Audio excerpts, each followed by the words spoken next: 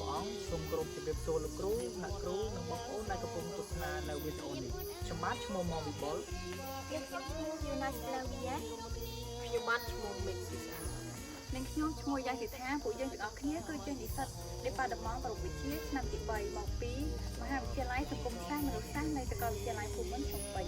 ដែលនៅក្នុងថ្ងៃនេះផងដែរក្រុមរបស់យើងខ្ញុំគឺមានតួនាទីនៅក្នុងការសិក្សាស្រាវជ្រាវមួយដែលនៅក្នុងមុខវិជ្ជាប្រវត្តិសិល្បៈនិងស្ថាបត្យកម្មដែលបង្រៀនដល់លោកគ្រូលេខសេរងហើយប្រធានបទរបស់ពួកយើងគឺនិយាយអំពីប្រាសាទប្រធានទឹកឆានាងខ្ញុំយូណាស្លាវីយ៉ាដែលនៅក្នុងថ្ងៃនេះផងដែរខ្ញុំនឹងមកបកស្រាយអំពីទីតាំងនៃប្រាសាទខ្ញុំបាទមកវិបុលនឹងមកបកស្រាយអំពីប្រវត្តិនៃប្រាសាទនាងខ្ញុំឈ្មោះយ៉ាងសិដ្ឋាគឺមានតួនាទីបកស្រាយនិយាយអំពីប្លង់នៃប្រាសាទខ្ញុំបាទមេកស៊ីស្អាតដែលនឹងធ្វើការបកស្រាយអំពីសិល្បៈនៃប្រាសាទឈ្មោះវ៉ាស្ទើតែមកបកស្រាយទៅនឹងទេវកថាបដិមានិងសេចក្តីសន្និដ្ឋានរបស់បាទសូមអរគុណចង់ដឹងថាតើនៅក្នុងប្រាសាទនេះមានលក្ខណៈទីតាំងនិងប្រវត្តិសាស្ត្រយ៉ាងដូចម្តេចខ្លះយើងចូលទៅទស្សនានៅក្នុងវីដេអូទាំងអស់គ្នាសម្រស់ទឹកឆាចំការមៃសាក់ស្រូបខ្យល់ទៅជាងប្របមាត់គង្គារំលឹកត្រីកោស្រងស្រោបគុនធារំលឹកត្រីកោស្រងស្រោបគុនធាប្រាសាទព្រះធាតុទឹកឆាមានទីតាំងស្ថិតនៅភាគកណ្ដាលនៃប្រទេសកម្ពុជាស្ថាបត្យកម្មមួយនេះគឺជាស្ថាបត្យកម្មមុនអង្គរដែលស្ថិតនៅក្នុងរាជកាលព្រះបាទសូរ្យវរ្ម័នទី1ប្រាសាទព្រះធាតុទឹកឆាជាប្រាសាទដែលចំណាស់មួយនៅក្នុងចំណោមប្រាសាទជាច្រើនផ្សេងទៀតស្ថិតនៅក្នុងខេត្តកំពង់ចាមពលគឺប្រាសាទនេះស្ថិតនៅចន្លោះភូមិពីរគឺរវាងភូមិថ្មដាឃុំបឹងណយនិងភូមិថ្មីឃុំក្រូចស្រុកព្រៃឈរខេត្តកំពង់ចាម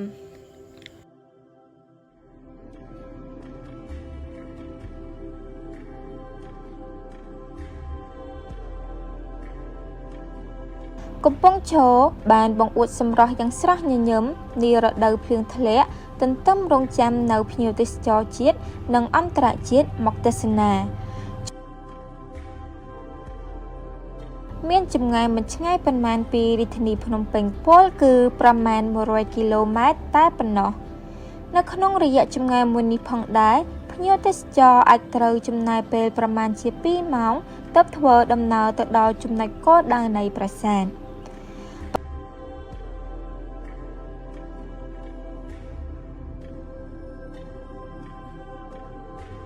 ប្រសិនបើគេចេញដំណើរពីទីក្រុងភ្នំពេញនោះអ្នកដំណើរនឹងត្រូវចាប់ផ្ដើមនៅលើផ្លូវជាតិលេខ5ជិះតាមដងទន្លេសាប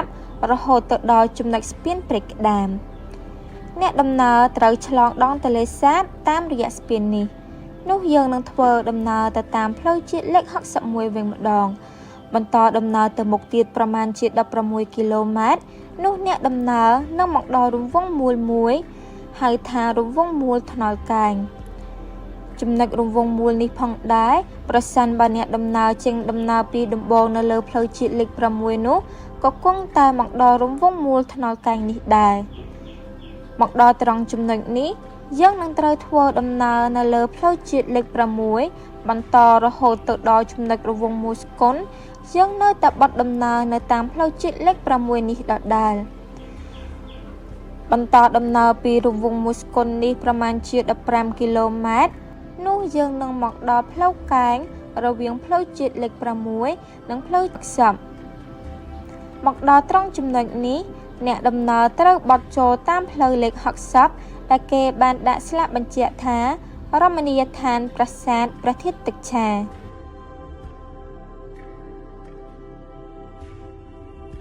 ធ្វើដំណើរតាមផ្លូវ60អមដល់ទេសភាពបៃតងយ៉ាងស្រស់បំព្រងនារដូវវស្សា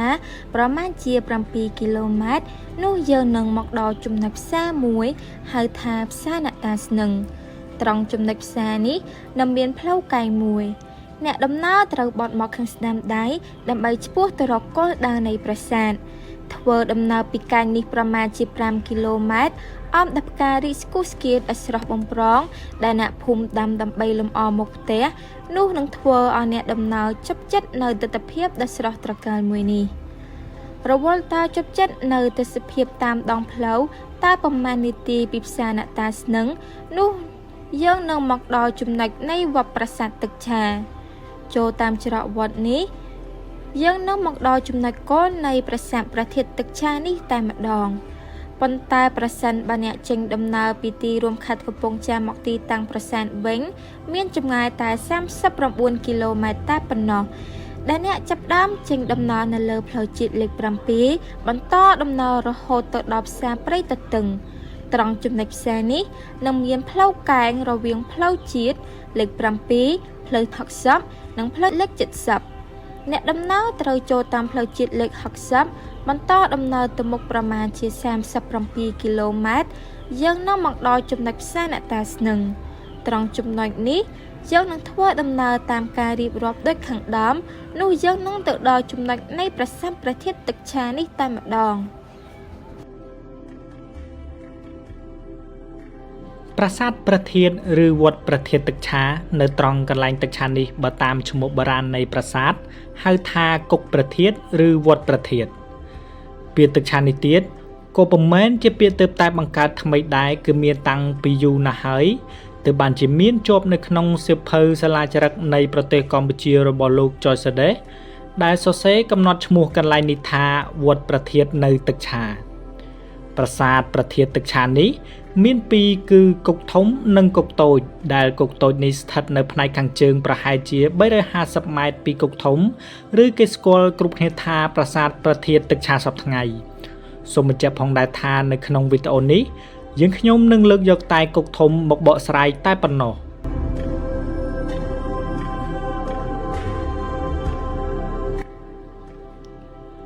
ប្រាសាទព្រះធាតុទឹកឆានេះមានរឿងព្រេងមួយដំណាលថាកាលពីព្រេងនាយមានបពុប្រុសស្រីពីរក្រុមបានប្រឡងប្រជែងគ្នាក្រុមប្រុសដឹកនាំដោយលោកតានុនហើយក្រុមស្រីដឹកនាំដោយលោកយាយហោមលោកតានុននិងលោកយាយហោមពួកគាត់បានភ្នាល់គ្នាថាបើតានុនអាចចេញព្រែកមួយពីបឹងទឹកឆាទៅឲ្យដល់គុកយាយហោមដែលស្ថិតនៅជាប់នឹងទន្លេអ៊ុំចម្ងាយ11គីឡូម៉ែត្រពីទឹកឆាឈ្នះក្រុមស្រីរបស់គាត់យាយហោមនឹងយកតានុនមកធ្វើជាប្តីហើយនឹងប្រគល់គុកយាយហោមឲ្យទៅតានុនគ្រប់គ្រងតែប្រសិនបើក្រុមប្រុសចាញ់តានុនត្រូវប្រគល់គុកធំឬបោះប្រនុននេះឲ្យទៅបពួកយាយហោមរស់នៅពេលជិះព្រែកនោះពួកប្រុសចាញ់ស្រីហើយសពថ្ងៃមាននៅសល់ស្លាកស្នាមព្រែកតូចមួយរបស់ក្រុមស្រីជិះនោះដែលបែកចេញពីទិសខាងលិចនៃតួប៉មគុកធំប្រនុនក្រោយពីតានុនប្រគល់ប្រាសាទទៅឲ្យលោកយាយហោមរួចហើយគាត់បានប្រមូលបពួកប្រុសរបស់ខ្លួនទៅរស់នៅជាប់មាត់បឹងនៃប្រាសាទប្រុសតែទន្ទឹមនឹងនោះពួកស្រីប្រុសភ្នាល់គ្នាក្នុងការកសាងប្រាសាទទាំងពីរនោះតែពួកប្រុសសង់ចាញ់ស្រីដូច្នេះហើយបានជានាំគ្នាឲ្យមានឈ្មោះប្រាសាទស្រីឬគុកធំមានទំហំធំជាងប្រាសាទប្រុសឬគុកតូចនោះឡើងខ្ញុំបាទសូមស្លេះត្រឹមតែប៉ុណ្ណេះតើតើនឹងរឿងព្រេងនិទានយើងឃើញថារឿងព្រេងខ្មែរដែលមានលំនាំឲ្យមនុស្សស្រីមានប្រៀបទៅលើបុរសដោយនឹងរឿងព្រេងខាងដើមនេះមានច្រើនណាស់នៅក្នុងសង្គមខ្មែរដោយករណីរឿងភ្នំប្រុសភ្នំស្រីនៅខេត្តកំពង់ចាមរឿងបារាយខាងលិចនិងបារាយខាងកើតនៅខេត្តសៀមរាបជាដើមហើយរឿងព្រេងនេះទៀតសោតគឺតែងតែកើតមាននៅក្នុងតំបន់ដែលមានទីសក្ការៈពីរនៅកន្លែងតែមួយ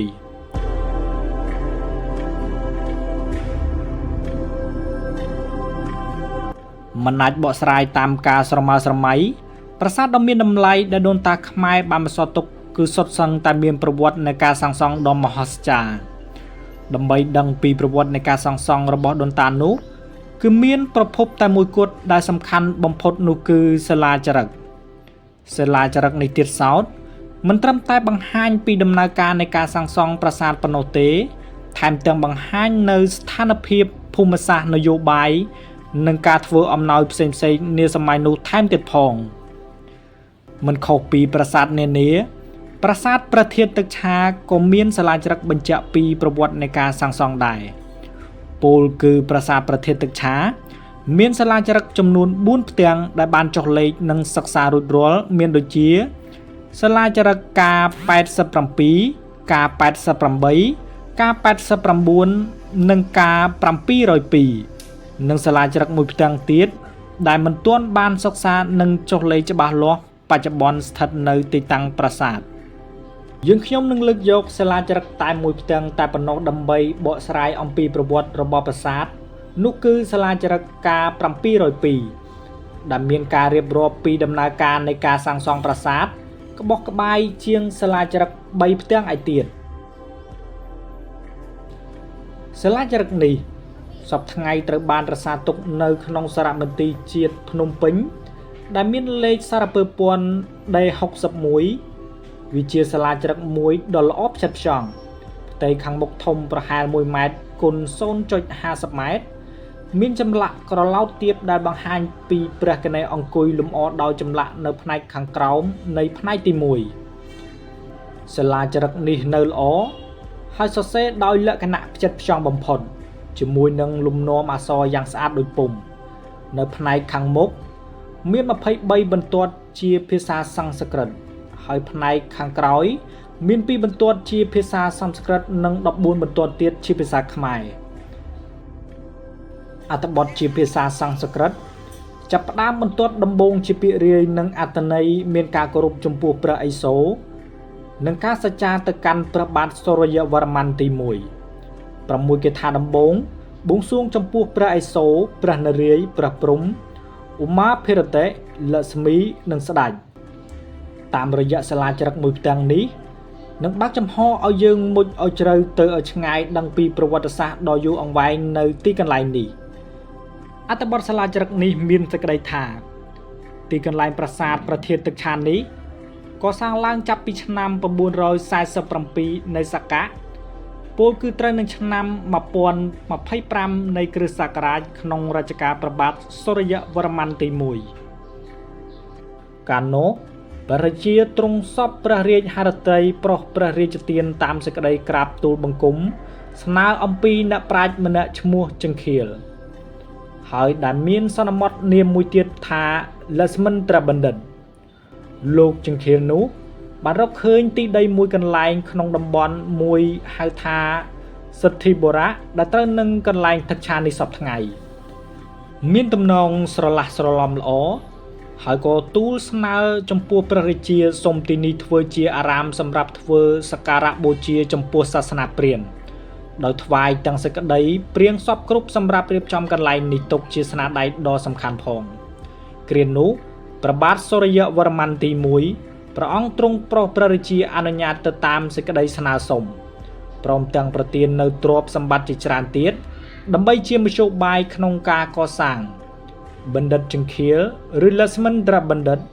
ចាប់ធ្វើកិច្ចស្ថាបនាភូមិឡើងនៅឆ្នាំ1025នៃគ្រិស្តសករាជទៅតាមកម្លាំងព្រះរាជទ្រព្យនិងតាមប្រាជ្ញារបស់លោកក្នុងការបញ្ចុះបញ្ចូលរកជំនួយអំពីអ្នកស្រុកលុះត្រាតែបានហើយស្រេចសពគ្រប់តាមគម្រោងដែលដាក់ថ្វាយព្រះរាជាទ្រង់តោតគឺនៅក្នុងប្រាសាទគុកធំមានតម្កល់សេវលឹង្គមាសមួយនៅតម្កល់សន្មតលឹង្គនោះថាស្រីភទ្រេស្វរៈនិងទេវរូបពីរអមសងខាងមួយនាមថាបរមេស្វរៈមួយទៀតមាននាមថាសារៈស្វតិនៅចំពីមុខទិសខាងកើតមានគុហាមួយជាទេវស្ថានមានទំហំតូចដែលសពថ្ងៃយើងឃើញបាក់ធ្លាក់ថ្មកោជាគំនរកប់ក្នុងព្រៃក្បែរប្រឡាយទឹកនៅសល់តែសុំទ្វារមួយប៉ុណ្ណោះស្ថាបត្យករបានចាត់ឲ្យគេចេញស្រះមួយយ៉ាងធំទូលាយនៅចំហៀងខាងស្ដាំនៃប្រាសាទឲ្យនាមថាលក្ស្មិន្ទ្រដាហើយប្រឌិស្ថានលឹង្គមាសមួយតម្កល់នៅចំស្រះព័ទ្ធជុំវិញនៃបរិវេណនេះមានការរៀបចំបានជាស្រុកភូមិមួយយ៉ាងស្រុកស្ដំដោយប្រជុំអ្នកស្រុកជិតខាងឲ្យមករស់នៅកកកគ្នានៅក្នុងសម័យនោះក្រោយដែលរៀបចំរួចស្រេចលក្ស្មិន្ទ្របណ្ឌិតបាននាំព័ត៌មានចូលក្រាបបង្គំទូលព្រះបាទសូរ្យវរ្ម័នទី1ព្រះអង្គទ្រង់ស្ដេចយាងប្រារព្ធពិធីសម្ពោធទីកន្លែងនោះយ៉ាងមហាឧឡារិកក្នុងឆ្នាំ947សកៈពលគឺត្រូវនឹងឆ្នាំ1025 25នៃគ្រិស្តសករាជ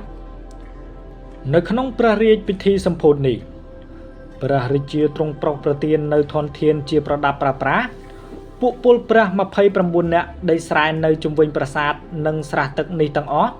ព្រមទាំងទីលានធំៗសម្រាប់ប្រារព្ធពិធីឬគ្រឿងលម្អទុកជាទ្រព្យផ្ទាល់នៃប្រាសាទនេះផងមិនត្រឹមតែប៉ុណ្ណោះព្រះអង្គទ្រង់ប្រោសព្រះរាជទាននាមទីកន្លែងនោះថាលក្ស្មិន្ទ្របថ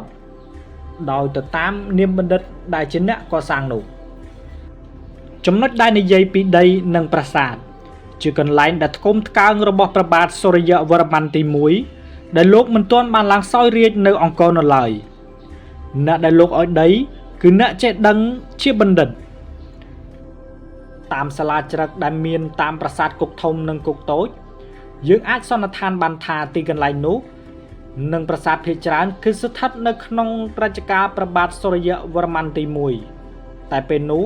ព្រះអង្គមិនទាន់បានសោយរាជ្យនៅអង្គរនៅឡើយទេព្រោះក្នុងរវាងដើមសតវត្សទី11ស្ដេចដែលសោយរាជ្យនៅអង្គរមាននាមថាជ័យវីរៈវរ្ម័នប្រហែលជាទីកន្លែងប្រាសាទទឹកឆាននេះជាកន្លែងចាប់ផ្ដើមបង្កើតកម្លាំងរបស់ព្រះបាទសូរ្យវរ្ម័នទី1ដំបូងបំផុតរបស់ព្រះអង្គទឹកឆាននេះវាមិនត្រឹមតែទឹកបឹងធម្មតាទេគឺមាននតាដែលមនុស្សគោរពហើយប្រាសាទទឹកឆាននេះវាមានការគោរពដែលតាក់ទងទៅនឹងបឹងទឹកឆាព្រោះមនុស្សសម័យបុរាណតែងតែគោរពលើដីទួលភ្នំនិងទឹកជាធំដែលអាចសន្និដ្ឋានបានថាប្រាសាទនេះត្រូវបានប្រជាជនគោរពផងហើយក៏មានការគោរពលើបឹងនេះផងដែលមានបញ្ជាក់នៅក្នុងសាលាច្រឹកការ89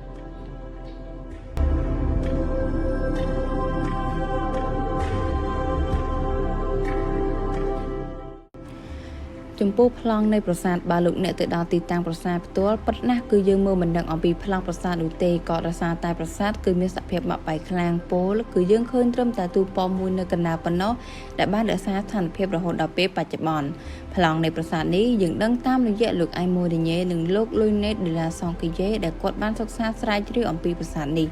ហើយលក្ខណៈប្រាសាទនេះគឺមានលក្ខណៈបែបព្រាហ្មណ៍សាសនាហើយប្រាសាទនេះមានប្លង់ជារាងចតុកោណកាយនិងបែរមុខទៅទិសខាងកើតមានបណ្ដោយពីលិចទៅកើតប្រវែង160ម៉ែត្រនិងពីជើងទៅត្បូងប្រវែង45ម៉ែត្រប្រាសាទនេះមានកំពែង2ជាន់ធ្វើអំពីថ្មបាយក្រៀមចន្លោះរវាងកំពែងទី1ទៅកំពែងទី2មានប្រវែង7ម៉ែត្រហើយសភាពបច្ចុប្បន្ននៃប្រាសាទនេះគឺមានសភាពបាក់បែកច្រើនចំពោះអពីកើតទៅលិចគឺចែកប្រាសាទនេះមិនស្មើគ្នាដូច្នេះនាំឲ្យទូប៉មកណ្ដាលដែលធ្វើអំពីឥដ្ឋស្ថិតនៅជិតគោបរៈខាងកើតជាងគោបរៈខាងលិចហើយចម្ងាយពីទូប៉មកណ្ដាលនៅគោបរៈខាងកើតមានចម្ងាយប្រមាណជា44ម៉ែត្រប្រវែងទូប៉មកណ្ដាលទៅគោបរៈខាងលិចមានប្រវែង50ម៉ែត្រចំណែកឯអទតឹងនៃទូប៉មកណ្ដាលពីជើងទៅត្បូងគឺវាចែកប្រាសាទនេះជាពីរស្មើគ្នាពីទូប៉មកណ្ដាលទៅកំពែងខាងជើងមានប្រវែងប្រមាណ22ម៉ែត្រនិងទៅខាងត្បូងមានប្រវែងប្រមាណ22ម៉ែត្រដែរលក្ខណៈបែបនេះបានបណ្ដាលឲ្យទីធ្លាខាងមុខមានលក្ខណៈចង្អៀតព្រោះនៅសេសសល់បន្ទប់តូចៗជាច្រើននិងបានអាឡ័យចំណែកឯនៅទីធ្លាខាងក្រោយទូប៉មកណ្ដាលមានភាពទូលាយព្រោះគ្មានបន្ទប់តូចៗនិងមានប្រវែងវែងបើប្រៀបធៀបទៅនឹងគោបរៈខាងលិចលក្ខណៈដូចនេះហើយដែលបច្ចុប្បន្ននេះយើងឃើញមានវិហារតូចមួយដែលធ្វើអំពីឈើដែលជាវិហារវត្តទឹកឆានាពេលបច្ចុប្បន្នបើតាមលោកអៃម៉ូនីញ៉េនៅក្នុងបរិវេណនៃប្រាសាទមានសំណង់បន្ទប់តូចៗជាច្រើនខ្លះធ្វើអំពីឥដ្ឋ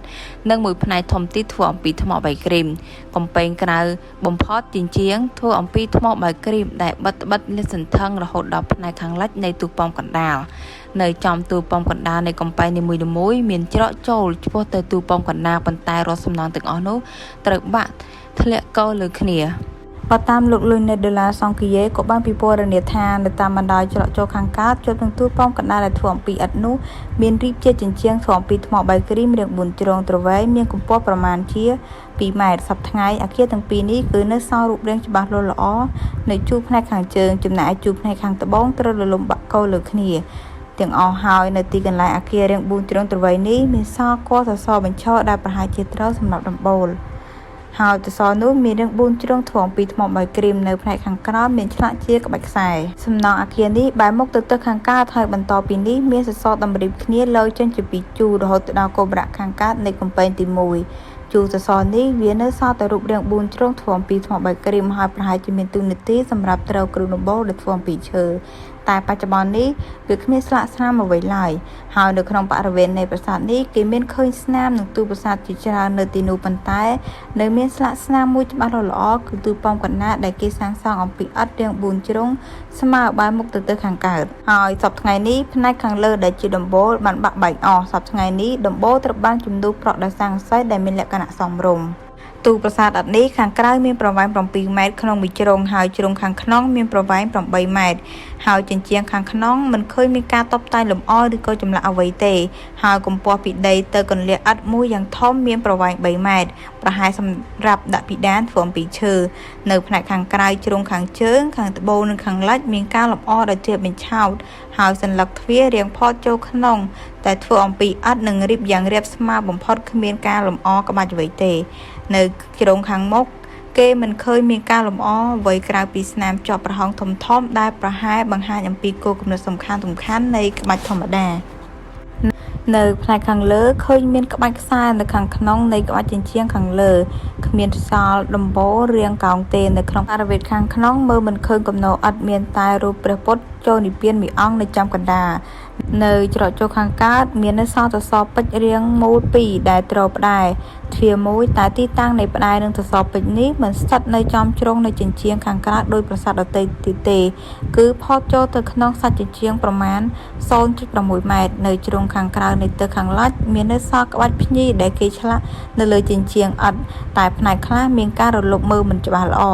នៅជ្រុងខាងជើងនៅជាប់នឹងដីមានឃើញស្នាមបង្ហូរទឹកចេញពីទូប្រាសាទដែលមានលក្ខណៈជាស្ពូនត្រូនីហើយតាមការសន្និដ្ឋានរបស់លោក Leonel de la Sonquille អំពីទូប្រាសាទកណ្ដាលនេះថាក្រោយពីការរលំនៅផ្នែកណាមួយរបស់ទូប្រាសាទនេះកំទេចឥដ្ឋទាំងអស់នោះប្រហែលជាគេយកចេញទៅសាងសង់ទប់តូចៗដទៃទៀតដែលស្ថិតនៅក្នុងបរិវេណនោះព្រោះឃើញមានស្នាមទូពីឥដ្ឋខ្លះនៅក្បែរនោះហើយនៅមានសមិទ្ធកម្មមួយទៀតដែលថាសំណង់នេះគឺធ្វើមិនទាន់រួចរាល់ព្រោះរបៀបសាងសង់នៅជ្រុងផ្នែកខាងកើតនិងខាងលិចរាងស្ដើងហើយផ្នែកខាងលើតធ្លាក់ទី1ប្រហែលជាគេសម្រាប់ធ្វើដាក់ដំបូលធ្វើអំពីឈើបន្ទាប់មកគេសាងសង់ដំបូលរាងកោងឡើងទៅបន្តទៀតតាមការសង្កេតលក្ខណៈនៃសំណង់ទូប៉មកណ្ដាលនេះយើងឃើញថាផ្នែកខាងក្នុងជញ្ជាំងមានលក្ខណៈខុសពីជញ្ជាំងខាងក្រៅគឺការរៀបឥដ្ឋមិនស្មើគ្នានឹងទំហំរាងតូចៗនៅចុងបញ្ចប់នៅខាងលើនៃជញ្ជាំងខាងក្នុងគេប្រហែលជាសម្រាប់ដាក់ធ្នឹមធ្វើអំពីឈើគឺមានកម្រាស់ក្រាស់ខិតទៅជញ្ជាំងខាងក្រៅដូច្នេះតាមលក្ខណៈនេះប្រហែលជាជញ្ជាំងខាងក្នុងនេះរៀបក្រោយចំណុចមួយទៀតគឺទីតាំងនៃផ្ដែរទ្វារនិងសសរពេជ្រស្ថិតនៅផតចូលខាងក្នុងខុសពីលក្ខណៈនៃប្រាសាទនានាដែលឥដ្ឋដែលគេរៀបតាមស៊ុមទ្វារទៅជញ្ជាំងខាងក្នុងមានរាងកោងហើយស្នាមបង្ហូរទឹកដែលជាស្ពូនត្រូនីនោះគឺមានឃើញតែនៅខាងក្រៅតែខាងក្នុងមិនឃើញមានស្នាមបង្ហូរទឹកនោះទេតាមលក្ខណៈខាងលើនេះប្រហែលជាជញ្ជាំងខាងក្នុងនេះគេកសាងនៅសម័យក្រោយណាមួយយើងឃើញបន្ទប់តូចៗជាច្រើននៅពេលដែលគេសាងសង់នៅក្នុងបរិវេណប្រាសាទស្ថិតនៅកំពែងទី1ប៉ុន្តែបន្ទប់ទាំងនេះមានលក្ខណៈទ្រុឌទ្រោមខ្លាំងនៅសេសសល់តែគ្រឹះប៉ុណ្ណោះបន្ទប់តូចៗរាង4ជ្រុងធ្វើអំពីឥដ្ឋនៅសល់តែគ្រឹះផ្នែកខាងជើងនិងបន្ទប់ដទៃទៀតដែលគេធ្វើអំពីថ្មបាយក្រៀមហើយពីនោះមានបន្ទប់មួយដែលបាក់រលំស្ថិតនៅចន្លោះកំពែងទី1ទី2ហើយស្របគ្នាខាងជើងនៃកុបរៈខាងកើតបន្ទាប់ពីឥដ្ឋតូចៗនោះមានរាង4ជ្រុងស្មើមានប្រវែង 3.45 ម៉ែត្រដំបូលប្រហែលជារាងកោងតែត្រូវរលំបាក់អស់ហើយឥដ្ឋទាំងអស់នោះនៅសល់តែគំនរនៅក្នុងបរិវេណប្រាសាទតែប៉ុណ្ណោះនៅស្របខាងត្បូងនៃទូកណ្ដាលមានអគារតូចមួយរាងទ្រវែងបែរមុខលយទៅរកទូប៉មកណ្ដាលនេះប្រហែលជាមានរាងដំបងកោងហើយសប្តាហ៍ថ្ងៃនេះរលំបាក់ក៏នៅចំកណ្ដាលបន្ទប់ហើយជ្រុងនីមួយៗប្រវែង3ម៉ែត្រកម្ពស់ជញ្ជាំងប្រមាណ 1.1 ម៉ែត្រដែលធ្វើអំពីឥដ្ឋហើយជញ្ជាំងរលំអស់ចំណែកនៅជ្រុងខាងត្បូងឈិងខាងកើតជួបនឹងកុបរៈខាងកើតមានទូប៉មមួយដែលជារាងចតុកោណកែងធ្វើអំពីថ្មបាយក្រៀមតែមានបណ្ដោយប្រវែងប្រមាណជា11ម៉ែត្រនិងទទឹង5ម៉ែត្រហើយមានច្រកចូលពីទិសខាងលិចនៅជាប់ខាងលិចនៃអគារខាងលើនេះមានបន្ទប់តូចមួយទៀតដែលនៅសល់ ចិញ្ចៀងឆោកម្ពស់ប្រមាណជា 1.80 ម៉ែត្រដែលមានឃើញច្រកចូលពីទឹកខាងលិចនៅស៊ុមទ្វារធ្វើអំពីថ្មភក់ដែលរាងជាចំណុចតសក់សម្រាប់ភ្ជាប់គ្នាត្រូវគ្រឿងដំបូលស៊ុមទ្វារនៅផ្នែកខាងត្បូងចារឹកជាអក្សរខ្មែរបុរាណហើយប្រហែលជាអក្សរសម័យអង្គរបន្ទប់នោះមានរាង4ជ្រុងស្មើប្រវែង340 ម៉ែត្រក្នុងមួយជ្រុងនៅតាមជញ្ជាំងទាំង3មានជាប់ប្រហោងតូចៗជាច្រើនសម្រាប់ឲ្យខ្យល់ចេញចូលលក្ខណៈបែបនេះប្រហែលជាបណ្ណាល័យរីឯបន្ទប់តូចៗជាច្រើនស្ថិតនៅជាប់បណ្ណាល័យនោះមានទំហំទើសខុសៗគ្នាដែលមានរាងជាលក្ខណៈគំនរថ្មបាយក្រៀមនិងឥដ្ឋដែលក្នុងនោះគេឃើញមានតែគំនរថ្មមានរូបរាងមិនច្បាស់លាស់ដូច្នេះហើយយើងចោទសួរថាតើបន្ទប់តូចទាំងអស់នោះមានតួនាទីសម្រាប់ធ្វើអ្វីគឺប្រហែលជាមានមុខងារដោយបន្ទប់តូចៗដទៃទៀតដែលគេសាងសង់ក្នុងបរិវេណវត្តសម្រាប់ដាក់ធ្វើជាគ្រឿងសក្ការៈឬក៏ធ្វើកន្លែងសមាធិជាដើមប្រាសាទនេះមានកំពែង2ធ្វើអំពីថ្មបាយក្រៀមកំពែងទី1មានរាងចតុកោណកែងជញ្ជាំងធ្វើអំពីថ្មបាយក្រៀមដែលព័ទ្ធបរិវេណប្រាសាទនេះទាំងអស់លើកលែងតែមានគ្រឹះនៃប្រាសាទតូចមួយដែលរលំអស់នៅសល់តែគ្រឹះប៉ុណ្ណោះស្ថិតនៅចន្លោះកំពែងទី1និងកំពែងទី2នៅស្របពីជើងទៅត្បូងនៃគោបរៈខាងកើតកំពែងទី1នេះមានបណ្ដោយពីលិចទៅកើតប្រវែង70 ម៉ែត្រនិងទទឹងពីជើងទៅត្បូងប្រវែង50 ម៉ែត្រពេលនេះនៅជ្រុងខាងត្បូងនៅមានសភាពល្អនៅសល់ជញ្ជាំងសពថ្ងៃនេះកម្ពស់ប្រមាណជា 0.80 ម៉ែត្រតែវាមានទម្រមិនឈរត្រង់ទេគឺវាមានរាងត្រេតនៅផ្នែកខាងជើងនិងមានសភាពបាក់បែកខ្លាំងនៅសល់តែស្នាមនៃថ្មបាយក្រៀមនៅលើដីតែប៉ុណ្ណោះរីឯកំពែងទី2ធ្វើអំពីថ្មបាយក្រៀមផងដែរនោះស្ថិតនៅកំពែងទី1វាមានជ្រុងតែ2ប៉ុណ្ណោះដែលគេសាងសង់ឡើងត្រឹមត្រូវគឺនៅជ្រុងខាងត្បូងនិងខាងលិចនៅឯជ្រុងខាងជើងនិងខាងកើតវាហាក់ដូចជាគ្រាន់តែត្រូវបានគេតម្រៀបមានលក្ខណៈបំរុងតែប៉ុណ្ណោះ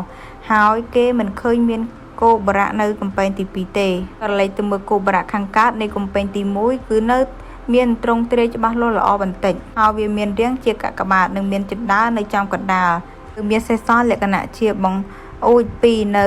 សងខាងច្រកចូលហើយយើងឃើញមានសសរថ្មបាយក្រៀមរាង4ជ្រុងនៅបញ្ឈរជាជួរនៅកសសរនោះមានឆ្លាក់ក្បាច់ខ្សែពីមុនប្រហែលសសរនេះសម្រាប់ក្នុងការត្រ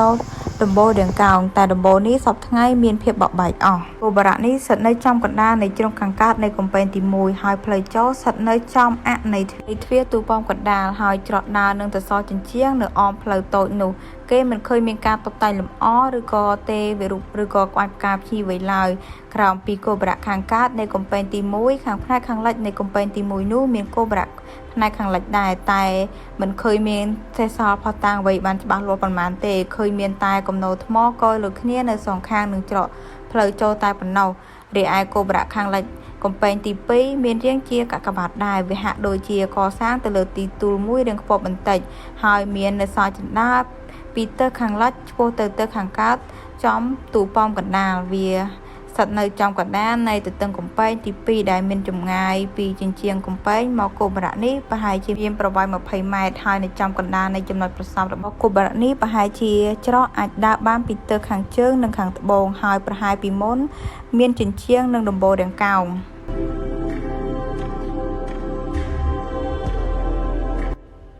បើយើងក្រឡេកទៅមើលលើតួប៉មកណ្ដាលដែលរក្សាបាននៅស្ថិរភាពរហូតមកដល់សប្តាហ៍ថ្ងៃអមជាមួយផ្ដែនិងសសរពេជ្រមួយគូស្ថិតនៅខាងមុខនៃច្រកទ្វារចូលតួប៉មប្រាសាទនេះសសរពេជ្រនេះមានរាងមូលខណ្ឌជាផ្នែករាងដូចចិញ្ចៀននៅក្នុងផ្នែកនីមួយៗនោះមានលម្អជាក្បាច់ស្លឹកឈើមានជារំយោលផ្កាធ្លាក់ចុះក្រោមតាមផ្នែកខណ្ឌរាងជាចិញ្ចៀនខ្លះមានឆ្លាក់ជារាងសត្វមកនៅផ្នែកខាងក្រោម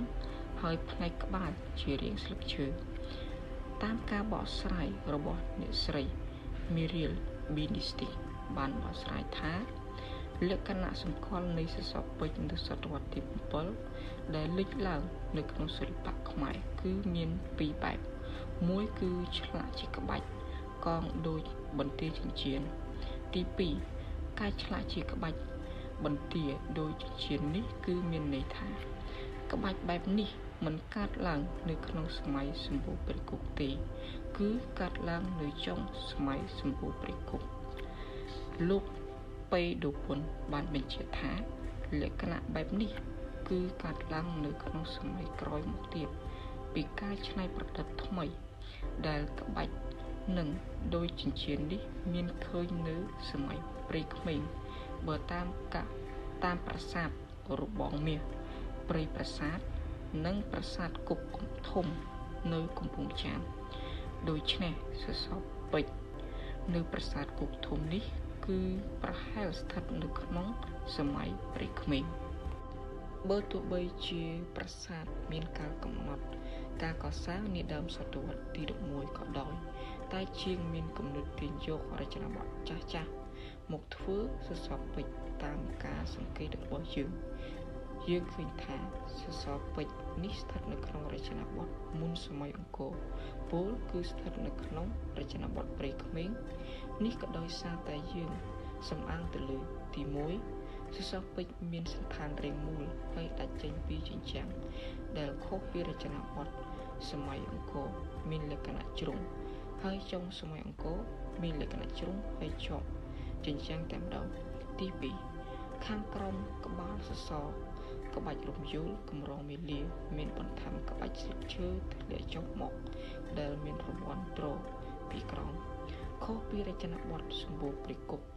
ដែលរំយោលមេលាមនុស្សជាប្រភេទអង្កាំនិងត្បូងធ្លាក់ចុះមកហើយមិនមានរង្វាន់ត្រទេទី3ផ្នែក1ភាគ2នៃសសរមានរង្វាន់លម្អដោយក្បាច់ស្លឹកឈើនិងផ្កាខ្ញីខុសពីរចនាបថសម្បូរព្រៃគុកដែលត្រង់នេះមានតែរង្វាន់ចិញ្ចៀនលម្អដោយមេដៃប៉ុណ្ណោះទី4ចាប់ផ្ដើមមានបន្ថែមក្បាច់ស្លឹកឈើនៅលើផ្នែក1ភាគ4នៅលើសសរនេះក្នុងរង្វាន់យើងឃើញពីខ្លះផ្នែកខាងក្រោមជាសត្វហើយខាងលើជាស្លឹកឈើដែលរចនាបថមុនមិនមាននោះទេបន្ទាប់ពីពិនិត្យពិច័យរចនាបថសពពេជ្ររួចយើងងើបមកមើលមកខាងលើឃើញមានផ្ដែធ្វើពីថ្មភក់ដែលលម្អដោយក្បាច់រចនាយ៉ាងស្រស់ស្អាតផ្ដែទ្វារជាផ្នែកសំខាន់មួយនៅក្នុងការកំណត់អាយុកាលនៃប្រាសាទគ្រប់ប្រាសាទនានាសម្ភារៈទី1ដែលស្ថាបត្យករខ្មែរតែងតែនិយមជ្រើសរើសយកមកប្រើប្រាស់ក្នុងការតុបតែងលម្អស្នាដៃរបស់ខ្លួនគឺផ្ដែទ្វារផ្ដែគឺស្ថិតនៅខាងលើទ្វារនៃច្រកចូលតាមប្រាសាទនីមួយៗមានរាងចតុកោណកែងដែលខាងលើផ្ទៃរបស់វាមានឆ្លាក់ក្បាច់យ៉ាងប្រណិតដូចជាក្បាច់ភ្ញីឬស្លឹកឈើជួនកាលមានឆ្លាក់រូបមនុស្សផងផ្ដែនៅជាប់ទូប៉មកណ្ដាលប្រាសាទព្រះធាតុទឹកឆាគុកធំរហូតដល់សប្តាហ៍ថ្ងៃនេះរាងចតុកោណកែងធ្វើពីថ្មភក់ពណ៌ប្រផេះនិងត្រដោយសសរពេជ្រ2នៅលើផ្ទៃគឺលម្អដោយក្បាច់សម័យអង្គរនៅចំកណ្ដាលមានរូបព្រះឥន្ទអង្គុយបញ្ឈរជង្គង់ដៃកាន់កេតនភ័ណ្ឌមិនច្បាស់លាស់ប្រហែលជាកាន់លំពែងដៃឆ្វេងច្រត់ទៅលើភ្លឺស្ដាំទ្រង់ជិះលើដំរីមានក្បាលមួយក្បាលដំរីនិងផ្ទៃមុខទេវរូបនោះមានទម្រង់បែរមុខពុកត្រង់ដំរីនោះមានស្លឹកត្រចៀកធំនៅខាងលើនៃដងធ្នូកណ្ដាលមានតុបតែងដោយក្បាច់ជារាងស្លឹកឈើនៅលើកែមខាងក្រៅបំផុតមានឆ្លាក់ជាទេវរូបទូចៗពាក់កណ្ដាលខ្លួននៅជុំវិញលក្ខណៈនៃការតុបតែងលម្អរបៀបនេះនៅក្នុងសតវត្សទី10ពលគឺប្រហែលជាស្ថិតនៅក្នុងរចនាបថប្រែរូបផ្ដែមួយនេះប្រហែលជាមានអន្តរកម្មរវាងរចនាបថកោះកេរនិងប្រែរូបនេះក៏ដោយសារតែយើងសម្គាល់ផ្នែកសំខាន់ដំបូងនោះគឺផ្ដែលែងមានក្បាលសសរដែលខុសពីរចនាបថមុនសតវត្សទី10នេះសុទ្ធតែមានក្បាលសសរបន្ថែមទៀតនោះគឺគម្រោងមែកឈើមានក្បាច់មែកឈើខាងលើនិងខាងក្រោមហើយចុងនៃគម្រោងមែកឈើមូលឡើងលើចំណែកនៅចំកណ្ដាលគម្រោងមែកឈើមានរូបទេវរូបតូចជាងមុនដែលខុសពីកោះកេរមានរូបធំយើងពិនិត្យ នៅផ្នែកខាងក្រោមក្បាលដំរីនៃផ្តែរនេះឃើញមានស្លឹកឈើរាងដូចចងដោយចិញ្ចៀនដោយលក្ខណៈបែបនេះយើងឃើញច្បាស់នៅក្នុងរចនាបថកោះកេរនេះប្រហែលជាមានអន្តរកម្មរវាងរចនាបថកោះកេរនិងរចនាបថប្រែរូបនេះឯង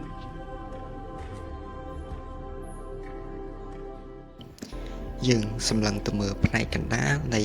ផ្តែរទ្វារយើងឃើញមានទេពមួយអង្គកំពុងអង្គុយលើក្បាលដំរីដៃខាងស្ដាំកាន់អាវុធដៃខាងឆ្វេងច្រត់លើផ្លូវខាងស្ដាំ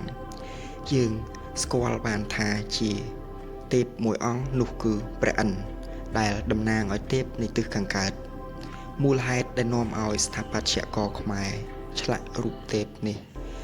នៅលើផ្តែរទ្វារនោះក៏ព្រោះតែប្រាសាទនេះតំណាងឲ្យភូមិសាសនាជាក់ស្ដែងយើងឃើញប្រាសាទនេះបែរមុខទៅទិសខាងកើតទេពក្នុងព្រហ្មញ្ញសាសនាមានច្រើនណាស់មិនមែនមានតែព្រះឥន្ទទេចុះហេតុអ្វីបានជាគេលើកយកព្រះឥន្ទមកឆ្លាក់នៅលើផ្តែរទ្វារនៃប្រាសាទនេះនោះប្រហែលជាព្រះឥន្ទពេញនិយមរបស់ស្ថាបត្យកម្មខ្មែរនាពេលនោះនេះគ្រាន់តែជាការប៉ាន់ស្មានរបស់ពួកយើងប៉ុណ្ណោះនៅក្នុងប្រវត្តិសាសនានៃប្រទេសឥណ្ឌារឿងដែលតាក់ទងនឹងព្រះឥន្ទវែងឆ្ងាយណាស់ឯតួនាទីរបស់ព្រះអង្គក៏វិវត្តខ្លះៗទៅតាមសម័យកាលទេពដ៏សំខាន់នេះមានរៀបរាប់នៅក្នុងគម្ពីរឫក្ខវេទមហាភារតរាមាយណៈបុរាណបើយករឿងព្រះឥន្ទនៅក្នុងគម្ពីរទាំងអស់នេះមកសង្ខេបយ៉ាងខ្លីយើងអាចនិយាយបានថាព្រះអង្គជាអតិទេពមានន័យថាទេពដែលសំខាន់ហើយគ្រប់គ្រងលើទេពនិករផ្សេងៗលើឋានសួគ៌ចំណុចដែលគួរឲ្យកត់សម្គាល់ក្នុងគម្ពីរឥណ្ឌាចាស់ៗនោះគឺព្រះអង្គជាទេពធ្វើចម្បាំងជាទេពបង្កទឹកភ្លៀងហើយម្យ៉ាងទៀតជាលោកកបាលប្រចាំទិសខាងកើតទៀតផងជាទូទៅគេបង្ហាញថាព្រះអង្គគង់លើដំរីក្បាល3ដែលមានឈ្មោះថាអៃរវ័នមានប្រហោះ4មួយកាន់ក្របរន្ទះឬវជ្រៈ3ទៀតកាន់វត្ថុផ្សេងដូចជាសាំងធ្នូព្រួញផ្លែសន្ទូចសំណាញ់ជាដើមនៅប្រទេសកម្ពុជាវិញកិត្តិនាមនៃព្រះឥន្ទមានតាំងពីបុរាណកាលមកដល់បច្ចុប្បន្ននេះគឺសំខាន់តាំងពីជំនាន់ព្រាហ្មណ៍រហូតមកដល់សព្វថ្ងៃដែលខ្មែរកាន់ព្រះពុទ្ធសាសនាថេរវាទចម្លាក់រូបព្រះឥន្ទនៅតាមប្រាសាទរាប់ពុំអស់ឡើយរីឯគំនូរនៅតាមវត្តក៏ដូចគ្នាដែរប្រជាប្រិយភាពនេះច្បាស់ជាតាក់ទងទៅនឹងអ្វីមួយដែលមានជំរឿនៅក្នុងជីវិតរបស់ខ្មែរយើងដឹងហើយថាកង្វល់ធំរបស់ប្រជាកសិករនោះគឺទឹកភ្លៀងសម្រាប់ធ្វើស្រែចម្ការហើយខ្ញុំបាននិយាយខាងលើអំបញ្ញមិញថាព្រះឥន្ទជាអ្នកបង្អុរទឹកភ្លៀងខ្ញុំសូមសង្ខេបរឿងឥណ្ឌាមួយយ៉ាងខ្លីដែលតាក់ទងទៅនឹងចំណុចនេះមានអសុរៈមួយឈ្មោះថា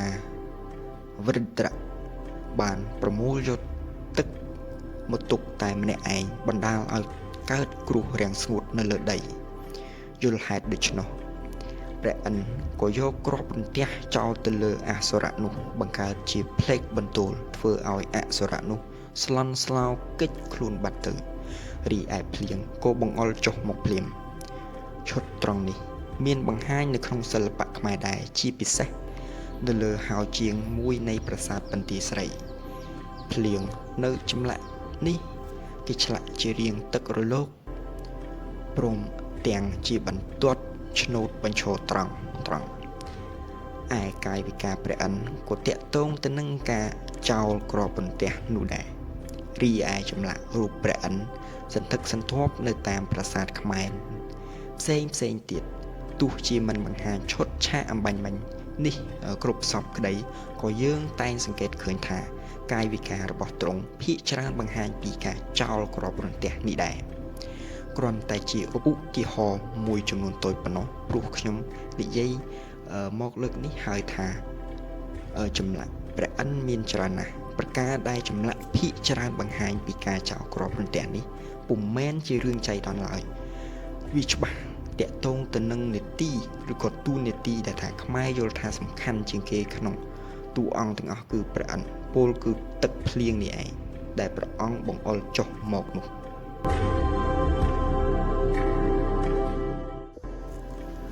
អំពីបដិមាករប្រាសាទព្រះធាតុទឹកឆាបែកយោងតាមលោក George Cruisler និងលោក Dupont បានឲ្យដឹងថាមានបដិមាករជាច្រើនដែលមានវត្តមាននៅក្នុងប្រាសាទព្រះធាតុទឹកឆានេះពោលគឺទាំងគុកធំនិងគុកតូច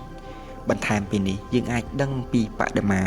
ទាំងអស់នោះតាមរយៈព័ត៌មានសិលាចារឹកមួយចំនួនដូចជាសិលាចារឹក K89 តាមរយៈការបកស្រាយរបស់លោក Etienne Aymonier ថាសិលាចារឹកនេះបានចារពីទេពមួយអង្គនាម Chelake Iswara ដែលស្ថិតនៅប្រាសាទគុកធំមួយវិញទៀតតាមរយៈព័ត៌មានសិលាចារឹក K702 បានបង្ហាញថានៅឆ្នាំ1025នៃគ្រិស្តសករាជលក្ស្មិន្ទ្របណ្ឌិតបានសាងលឹងនាមថាស្រីភទ្រេស្វរៈព្រមទាំងមានទេវរូប2អមសងខាងនោះគឺបរមេស្វរៈនិងសារស្វតិមួយវិញទៀតគេនិយមប្រើថ្មភក់ដើម្បីធ្វើទម្រស្ថានត្រនិត្រទេវរូបនានាបដិមាករបានផ្ដល់ព័ត៌មានសំខាន់មួយចំនួនមិនថានៅក្នុងប្រាសាទព្រះធាតុទឹកឆានេះក្តីឬប្រាសាទនានាក្តីវាជាផ្នែកមួយនៃការផ្ដល់អាយុកាលឬសិល្បៈរបស់ប្រាសាទម្យ៉ាងទៀតការសិក្សាពីផ្នែកបដិមាករអាចជួយឲ្យយើងដឹងអំពីតួនាទីដែលមានពាក់ព័ន្ធទៅលើឥទ្ធិពលរបស់សាសនាមានព្រះពុទ្ធរូបចូលបរិនិព្វានមួយអង្គតម្កល់នៅទួលប៉មកណ្ដាលប្រាសាទនេះនៅក្នុងបញ្ជីសារពើភ័ណ្ឌរបស់លោក George Cruisler លោកថាព្រះពុទ្ធចូលបរិនិព្វាននៅទួលប៉មកណ្ដាលជាព្រះពុទ្ធរូបនៅសម័យកណ្ដាលនៃសិល្បៈខ្មែរសពថ្ងៃមានតែបដិមាមួយនេះគត់ដែលស្ថិតនៅតាំងប្រាសាទរហូតដល់បច្ចុប្បន្នផ្សេងពីនេះទៀតមានបដិមានាងឧមាបដិមានេះត្រូវបានរក្សាទុកនៅសារមន្ទីរជាតិភ្នំពេញមានលេខសារពើភ័ណ្ឌលេខក1772រូបទល់ឈរធ្វើពីថ្មភក់នៅផ្នែកខាងលើក្បាលមានពាក់មួកបំពង់ឬរាងស៊ីឡាំងមានដៃ4ដែលតែត្រូវបាក់សម្ពុតមានជារាងហោប៉ៅធ្លាក់ចុះមកខាងមុខហើយសម្ពុតនេះវែងគ្របរហូតដល់ចុងជើងរូបនាងឧមានេះតែម្ដងមានចំហបន្ទន់ចង្កេះមកខាងស្ដាំទ្រង់ជាមហាសីម្នាក់ក្នុងចំណោម9នាក់របស់ព្រះឥសូរលោកឌុបភុនបានសន្និដ្ឋានថារូបនេះជារូបចាស់ដែលជិតចូលក្នុងរចនាបថសម្បូរព្រៃគុកតែភ្នួងសក់ឬក៏មួកបំពង់ជាលក្ខណៈនៃរចនាបថប្រាសាទអណ្ដែតនៅចុងសតវត្សទី7ដើមសតវត្សទី8មួយវិញទៀតនោះគឺបដិមាព្រះព្រំបច្ចុប្បន្នស្ថិតនៅសារមន្ទីរប្រវត្តិសាស្ត្រទីក្រុងហូជីមិញប្រភពពីលោកគ្រូសៀនសរុននៅឆ្នាំ2024បដិមានេះខូចខាតដោយបាក់ដៃទាំង4ដាច់ជើងខាងស្ដាំត្រឹមជង្គង់ជើងខាងឆ្វេងដាច់ត្រឹមភ្លៅឆែបច្រមុះនិងគិរីដាក់មកុដមានក្បាល4ជាតួព្រះព្រំបិទភ្នែកបង្ហាញពីកាយវិការស្ងប់ជុំវិញមកុដមានពាក់អង្កាំព័ទ្ធជុំវិញបើយោងតាមសិភៅវប្បធម៌អរិយធម៌ខ្មែររបស់លោកពុនឆាយឆ្នាំ2008បានបង្ហាញថាដៃទាំង4របស់ព្រះព្រំមានកាន់កេតនភ័ណ្ឌមានដូចជា ថោស្លាបព្រាថាសខ្សែផ្កាំជូនកាន់ផ្កាឈូកជូនកាន់គម្ពីរវេទទាំង4តែម្ដងមានព្រះនាងសារស្វតិជាព្រះមហាសីនិងមានហង្សជាយានជំនិះដែលមានចំណុចសម្គាល់មួយចំនួនដូចជាមានពាសដោយផ្នត់សម្ពុតប្រឌិតបត់ទៅខាងឆ្វេងផ្នែកខាងមុខមានកន្ទុយត្រី2ជាន់និងមានខ្សែក្រវ៉ាត់វត្តពីលើសរុបមក